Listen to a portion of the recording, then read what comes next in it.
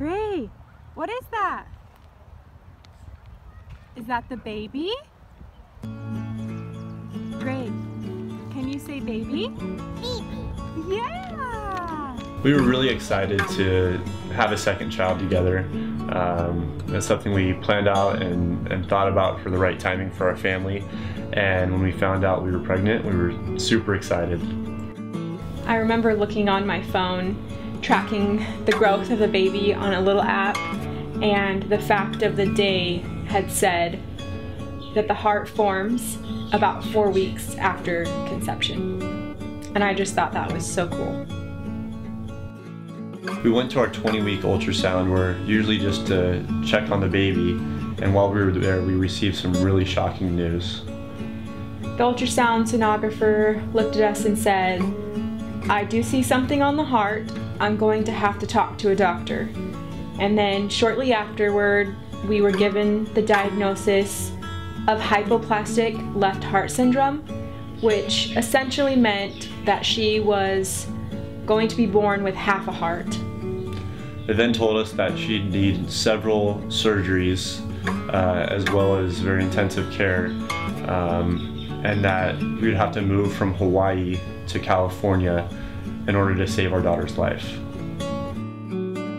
Our beautiful daughter, Zola Amelia Given, was born on April 19th, 2017, kicking and screaming. I didn't get to hold her after she was born. I briefly got to touch her for a few seconds before they immediately took her to the Children's Hospital of Los Angeles, where she was put on special medication to keep her alive and to prep her for her first open heart surgery. Her first surgery went well, but the hardest part about it is just the recovery afterwards. They discovered that the left diaphragm muscle was paralyzed as a post-op complication from heart surgery. And normally this is a really easy surgery, especially compared to open heart surgery, and so we weren't as concerned going into this one, but she did actually end up having some serious complications. We got a call directly from the surgeon who said that he needed to talk to us immediately. He found us in the hallway and said that as they were taking her breathing tube out from surgery, she went into cardiac arrest, and they had to perform CPR for 33 minutes. And while they were doing this, he was speaking to us. So she was on the table,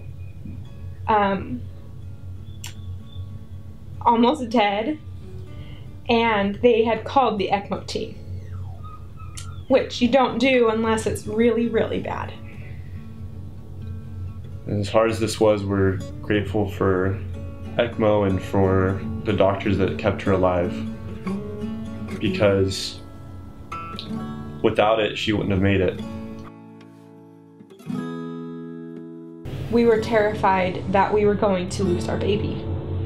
And so we prayed and just did everything that we could as a family, and luckily for Zola, she only ended up being on ECMO for 3 days, which is a really fast recovery for most kids that end up on ECMO. It was a miracle and a true answer to our prayers.